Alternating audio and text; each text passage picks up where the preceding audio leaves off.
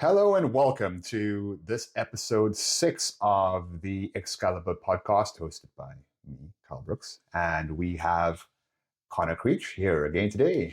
Glad to be back as always. It's always a blessing being around you, man. How are you, brother? Same. I love how we push each other and really strive to be better. So it's good to have that brotherhood. Definitely.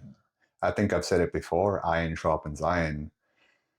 And in this refining process, we can truly not have someone else with a good perspective, because at the end of the day, that gives us clarity on where it is that we are currently, which is the starting point to where we want to go.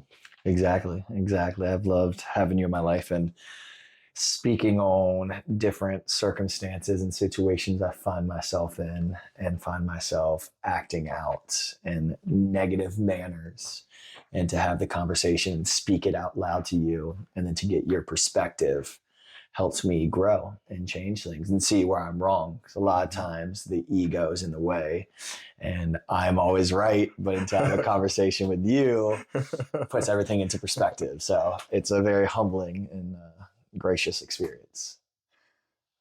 100%. I think it goes both ways, because when you're going through something as well, it gives me perspective on something where I have a similar situation that has occurred. And I think we spoke about it today, where we said that you teach best what you need to learn. Yes, absolutely. Definitely found myself in a situation this morning with my wife where I was acting out on insecurity and not being my true self and not being the husband that she deserves and the man that I deserve to be. Mm-hmm. But once again, circling it back around and speaking with another man about it definitely helps put things into perspective and makes me see the ways that I've been wrong and also see the ways I've been right. I've always believed in the fact that pain shared is pain lessened. So as opposed to going through a difficult time or a struggle alone, when I speak it out loud, it kind of puts a different perspective onto it. Precisely. Feedback is the breakfast of champions. Yep, absolutely. And there's no such thing as failure, but only feedback. So when you say you're wrong, you've learned how not to do something correct. Right? Yes. So what lessons can you take from those, and how can you build on that to be a better character? And that's what we're all here to do. We're all here to build our fortress, or our inner fortress, one brick at a time. A lot of people look at this image of where they want to be, and they look at it from the perspective of, wow, I'm never going to get there, right? But if you just take one single step at a time, inch by inch is how anything is won. Absolutely. Yeah. I think it's yard by yard, something is hard, but inch by inch, anything is a cinch. I like that. I've never heard that one before. I'm going to start using that for sure. Definitely. Sorry, I cut you off there. You were about to say something, I think, very instrumental. No, just delving back into the situations we go through and the hardships. For example, this morning, my wife called me out on a character defect of mine. I have a tendency of messiness, where I'm more careless when I get home after a long day's work. I'll take off my boots, toss them over there. I'll take off my shirt, toss it over there. And it's one of those character defects that I have to consistently work on, because it'll be identified by myself or by her. Yes. And I'll start to work on it. And for a day, 2 days, a week, a month, I will have that honed in, where I'll get home, take off my stuff, put it where it belongs. Yeah. And then after a while, it starts to fade again, and the character defect comes back up. And it's one of those continual processes. But as we spoke on previously, it's like we still build on them. Every time we face a character defect or a challenge, though it can have the same stem or root, it's also a different situation. A lot of times it's a progressed situation. Precisely. Yeah. Yeah. I find that when I'm going through that, it's usually a creative process that's happening in your mind, that your thoughts are all over the place. And what that does is it materializes in the real world. So messiness is usually an indication of what is happening within. And what happens within is happening without, right? So if you can see it in your mind, then you can hold it in your hand. And that's in every aspect of life. So I go through exactly the same process where there'll be days where my closet is pristine, absolutely organized, and the floors around the bed is perfectly organized. And then all of a sudden, 2 weeks down the line, it becomes like a complete mess. And it's revisiting those things over and over and over again till your standard has changed. So a lot of people, they view these things as a progression or a habit, but a habit can be easily formed, but also easily fall out of. But if it becomes a standard, that's where you no longer have that aspect of it. Because like if you think about it, you don't have to work, right? You could be homeless, you could be on the streets, and that's something that you don't want to do. But your standard is that every single day you will go to work. Why? Because it gives you a paycheck to be able to live the particular standard that you have. And I find that when people change their standards in other aspects of their life, that's where everything starts to change. You look at it from the perspective of a thermometer versus a thermostat. Right? A thermometer tells you what temperature you're at, whereas a thermostat will say that, say for example, you set the temperature at 75 degrees and it's a really, really hot day. The temperature on the outside or external temperature is going to heat the house up. But what will happen is that the thermostat says, kick the HVAC system on, and it moves it back to 75. If it starts to get a little cold, say for example, it's a cold morning like it is today, 65 degrees in the house, all of a sudden the thermostat kicks on, brings it back to 75 degrees. So what we're aiming to do is truly change our standards. And once that happens, that's when our life becomes completely different. Starts to fall into place for sure. We discussed maybe touching on character defects as part of our podcast today. Yes. Of course, the list of character defects is damn near endless. Exactly. So we might only be able to touch on a few. Yeah. But also we want to touch on character assets, because with every dark side, there's a light side. And honing in on both and reflecting on the dark times, while also being grateful and expressing gratitude for the good times.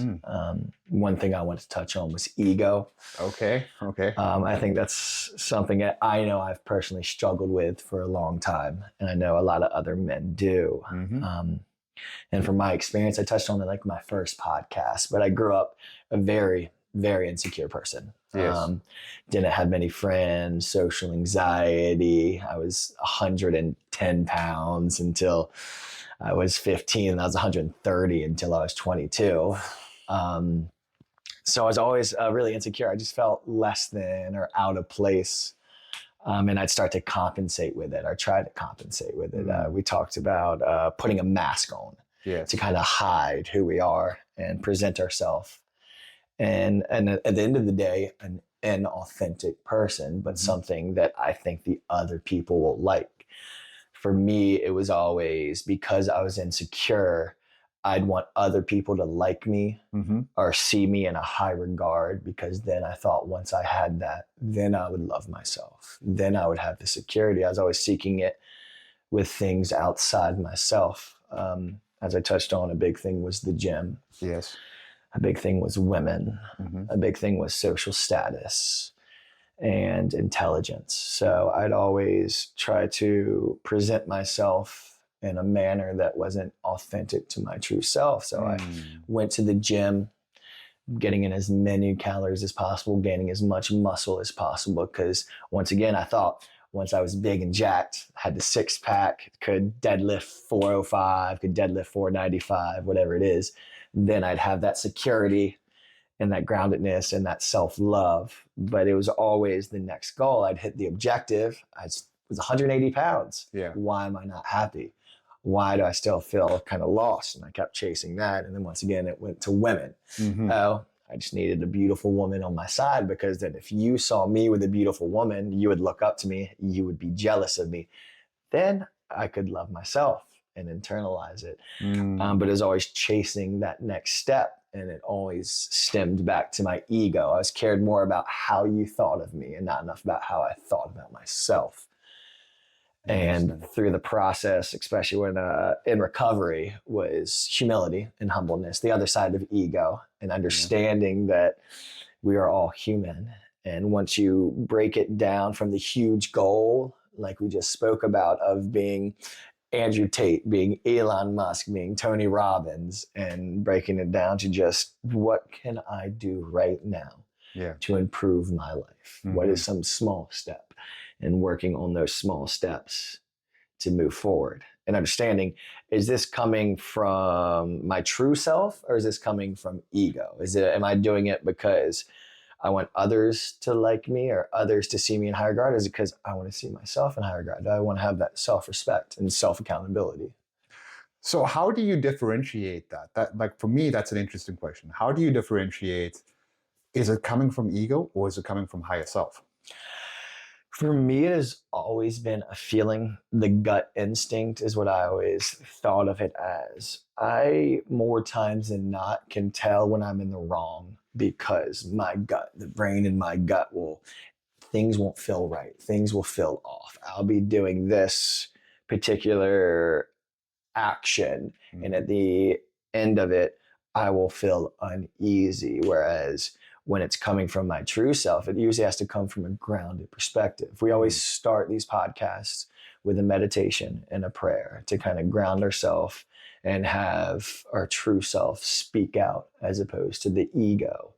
And I think that is a huge proponent. Another reason, part of Excaliburr, part of our company and part of our program, we always have the daily meditation for all our clients, all our brothers, and for ourselves, to really have that voice that is the true self be more powerful than the ego and the devil on the shoulder. Yeah. So you feel that by meditating daily and focusing on centering your mind, your heart, and your gut, because your gut does have a substantial amount of neurons. A lot of people don't realize that, but that biome that's inside there, when you have that feeling, is a clear indication of a third brain. Right? Your heart has neurons, your brain has neurons, but they've just discovered that your gut does too. So by centering all of that, you're capable of making the best decisions.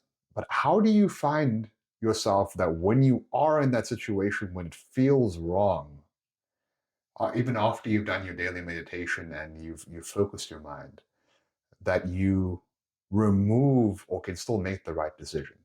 Because that's, I think, is something that a lot of people struggle with right now, is that they're put into a specific situation where they may feel that it's wrong, but they still go along with it anyway.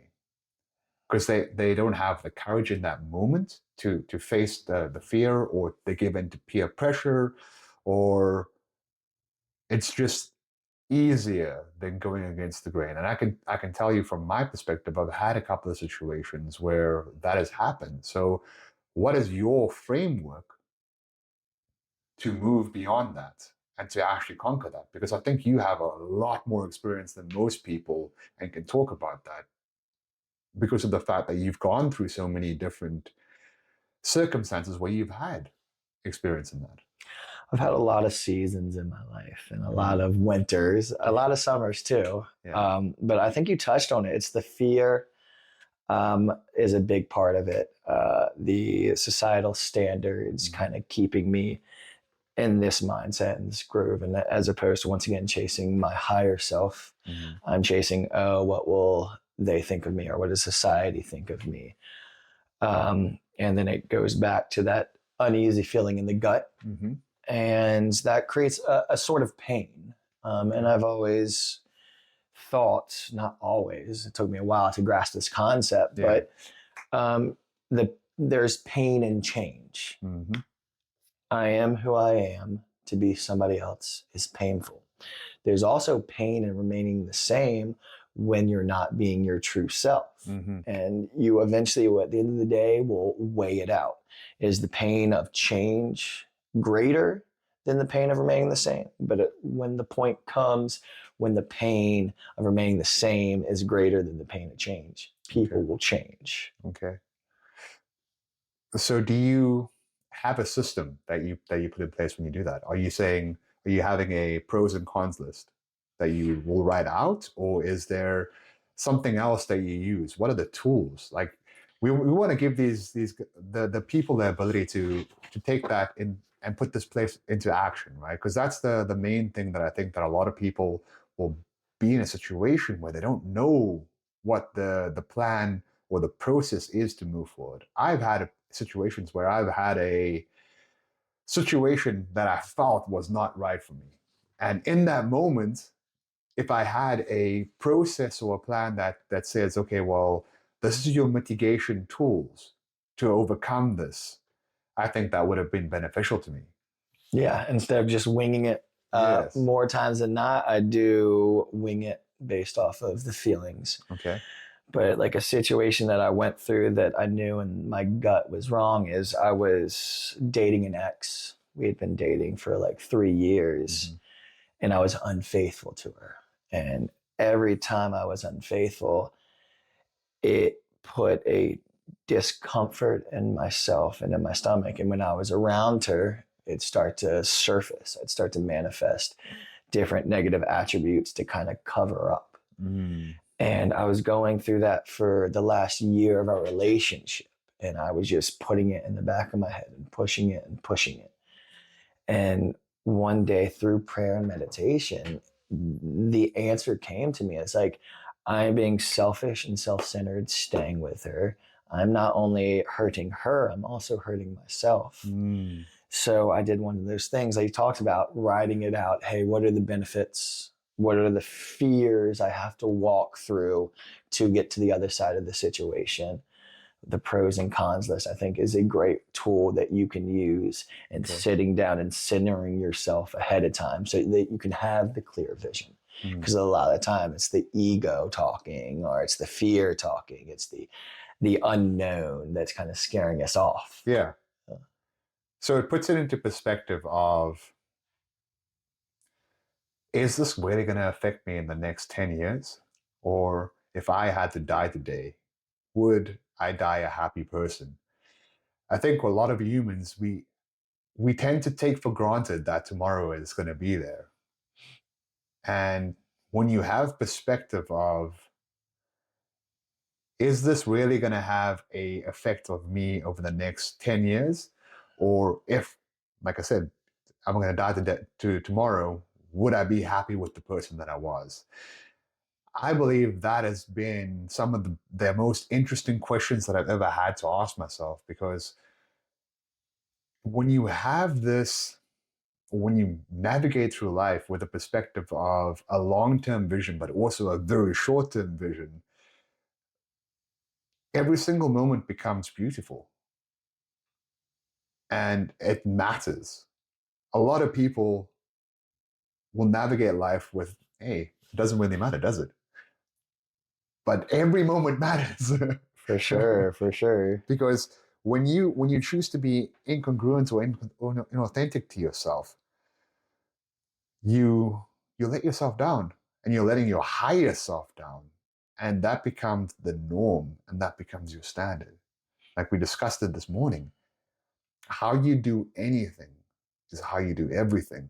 And that filters in, it becomes a systematic approach to how you view life.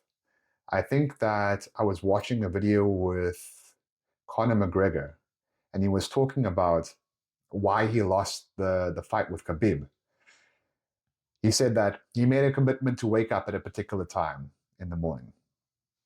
And he didn't do that. So now that becomes a process, and that becomes a mark against him. He said, don't drink that, don't eat that. And he did it.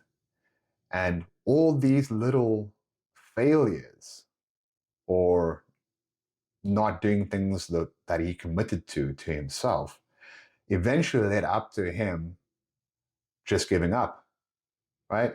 The previous Conor McGregor, or the iteration that got him to where he was, when he was using the law of attraction and he was using visualization, he would have rather gone to sleep in that match. But this was a double tap to his neck, to the neck, rear neck crank, I think it was. Yeah, neck crank. Yeah. Yeah.